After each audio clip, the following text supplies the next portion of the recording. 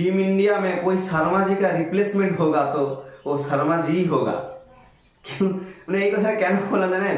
কি টিম ইন্ডিয়াতে যে রোহিত শর্মার রিপ্লেসমেন্ট খুঁজছিল সবাই, যেইভাবে রোহিত শর্মা অ্যাগ্রেসিভ ব্যাটসম্যান করেন, মানে ব্যাটিং করেন, তার যে ফিয়ারলেস পারি টিমের জন্য, কালকে সেই রকমই পারিটা জিম্বাবুয়ের এগেনস্টে খেলেছেন অভিষেক শর্মা। তার ফিয়ারলেস পারি, তাতে মানে অ্যাগ্রেসিভনেস এত বেশি কি তিনি 3টে সিক্স মেরে পর মেরে তিনি সেঞ্চুরি করেন। তিনি সিক্স মেরে পারির শুরুয়াত করেন ও সিক্স মেরে পারির শেষ করেন। তিনি মানে যেইভাবে অ্যাগ্রেসিভ ব্যাটসম্যান করেন তাতে বোঝা যাচ্ছে রোহিত শর্মার রিপ্লেসমেন্ট হয়তো এই অভিষেক শর্মা। তাই বললাম शर्मा जी का कोई रिप्लेसमेंट होगा तो शर्मा जी ही होगा। हाँ कि কালকে অভিষেক শর্মা জিম্বাবুয়ের এগেনস্টে দ্বিতীয় টি-20 ম্যাচে যেইভাবে খেলেন, প্রথম ফার্স্ট টি-20 ম্যাচে তিনি যে 0 রানে আউট হন, তারপর যে তার যেটা ইগো 0 রানে আউট, সেই অভিষেক শর্মা জিম্বাবুয়েকে দ্বিতীয় টেস্ট টি-20 ম্যাচে যেইভাবে মারেন, এদিক ওদিক দৌড়িয়ে মারেন, মানে তিনি যে 47 বলে সেঞ্চুরি, তার যে টি-20 ক্যারিয়ারের দ্বিতীয় ম্যাচেই তার 47 বলে সেঞ্চুরি, দুর্দান্ত।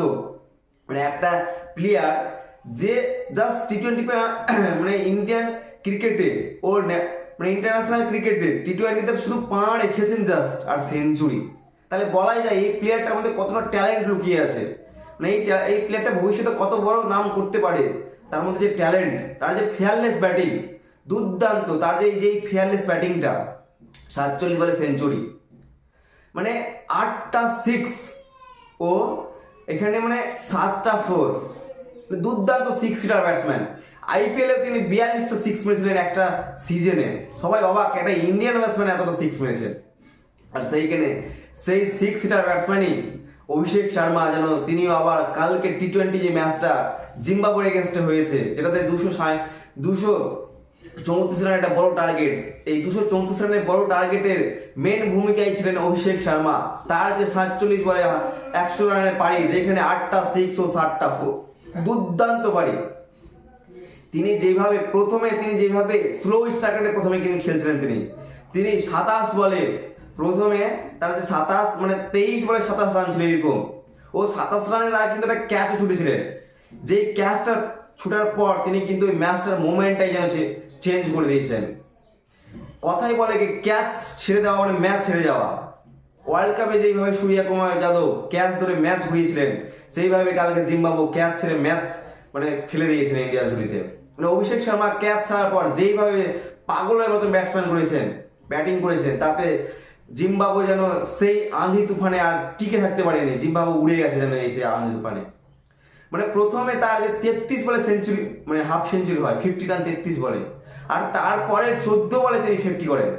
মানে কালকে ওয়ার্ল্ড ক্রিকেট দেখেছে কিভাবে একটা নিউ ব্যাটসম্যান, ইয়ং ব্যাটসম্যান এত সেলফলেস পারি খেলতে পারে। মানে তিনি যেভাবে 6 মেরে পারির শুরুয়াত করেন, ইন্টারন্যাশনাল রানের শুরুয়াত করেন 6 মেরে, সেভাবে তিনি 6 মেরে সেই পারি শেষ করেন। তিনি পরপর 3টা 6 মেরে যেন সেঞ্চুরি করেন। কোনো ব্যাটসম্যান যদি 80-90 রান হয়, তাহলে কিন্তু সেই ব্যাটসম্যান স্লো খেলতে থাকে, তার নিজের ইন্ডিভিজুয়াল পারিকে স্কোরকে বড় করার জন্য স্লো খেলে। কিন্তু এই অভিষেক শর্মা তিনি তা করেননি, তিনি সেঞ্চুরি মেরে যেন তার পারি শেষ করেন।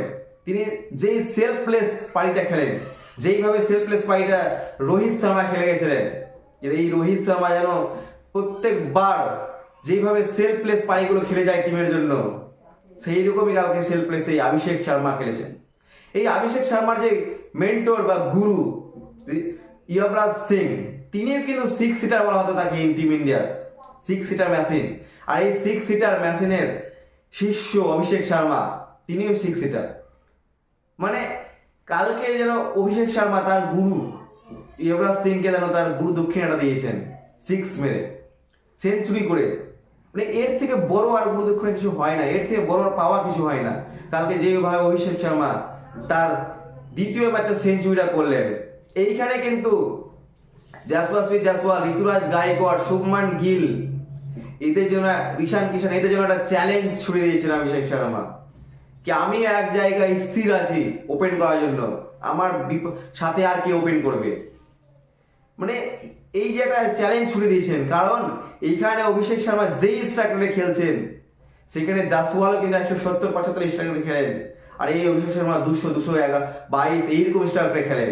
সেইখানে কিন্তু শুভমান গিল, ঋতুরাজ গায়কোয়াড় অনেক নিচে, তার ধারে কাছেও নাই স্ট্রাইক রেটে।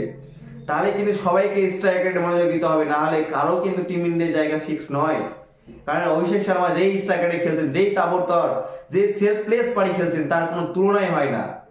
সেইখানে জাসওয়ালের কিন্তু স্ট্রাইক রেট ভালো, যথেষ্ট ভালো, 175-80, কিন্তু তার থেকেও দুর্দান্ত স্ট্রাইক রেটে খেলছেন যেন এই অভিষেক শর্মা, 200 স্ট্রাইক রেট।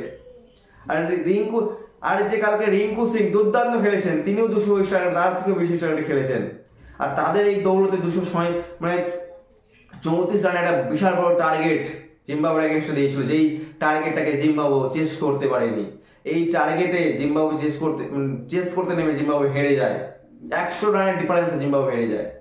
ও টিম ইন্ডিয়া একটা বড় জয়, এই যে ইয়ং প্লেয়ার দ্বারা গঠিত এই টিম একটা বড় জয় পায়, যেই জয়টার সবাই আকাঙ্ক্ষিত ছিল ফার্স্ট ম্যাচটা হারার পর, আর সেই জয়টাই পেয়েছে।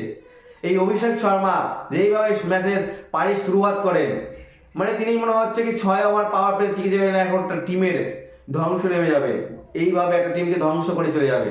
আর তিনি যেইভাবে ফেয়ারলেস ক্রিকেট যাকে বলা হয় খেলছেন, তিনি এই ভবিষ্যতের হয়তো সুপারস্টার হয়ে দাঁড়াবেন। কারণ তার এই ফেয়ারলেস মুভমেন্ট, ফেয়ারলেস খেলার ধরন তাকে যেন এক জায়গায়, বড় জায়গায় বা বড় সুপারস্টার জায়গায়, তার কোনো ইন্ডিভিজুয়াল তার যে ইন্ডিভিজুয়ালের দিকে তার ইচ্ছা নাই, তার যে ফেয়ারলেস ক্রিকেট, দলের জন্য খেলা, দলকে এগিয়ে নেওয়া যাওয়া, দলকে একটা ভালো জায়গায়, ভালো স্থির জায়গায় নিয়ে রাখা, তার সেই যে টার্গেটটা, তার যে ফেয়ারলেস সেটা কিন্তু ইন্ডিয়ান ক্রিকেট ফ্যানকে অনেক পছন্দ করে।